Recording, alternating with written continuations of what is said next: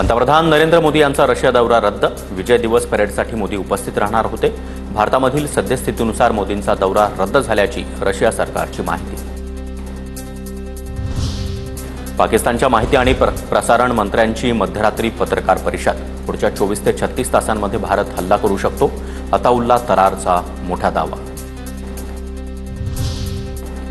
पहलगाममधील हल्ल्यामध्ये लष्कर-ए-तोयबाचा कमांडर फारुक अहमदचा सहभाग उघड। फारुक अहमद सध्या पीओकेमध्ये लपल्याची एनआयएतील सूत्रांची माहिती। पहलगाम दहशतवादी हल्ल्याप्रकरणी उद्या सकाळी सुप्रीम कोर्टामध्ये सुनावणी। सुप्रीम कोर्टाच्या निवृत्त न्यायाधीशांमार्फत हल्ल्याच्या चौकशीची मागणी।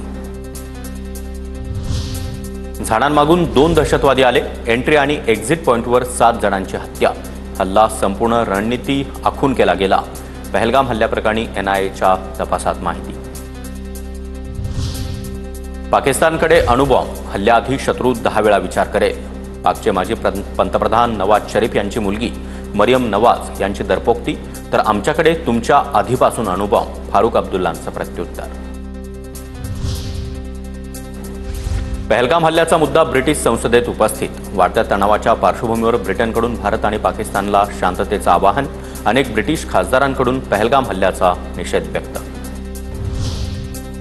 भारत आणि पाकिस्ताननं होऊ शकणारा संघर्ष टाळावा। संयुक्त राष्ट्रसंघाचा पाकिस्तान आणि भारतामध्ये मध्यस्थीचा प्रयत्न। पहलगाममधील दहशतवादी हल्ल्याचा निषेध व्यक्त।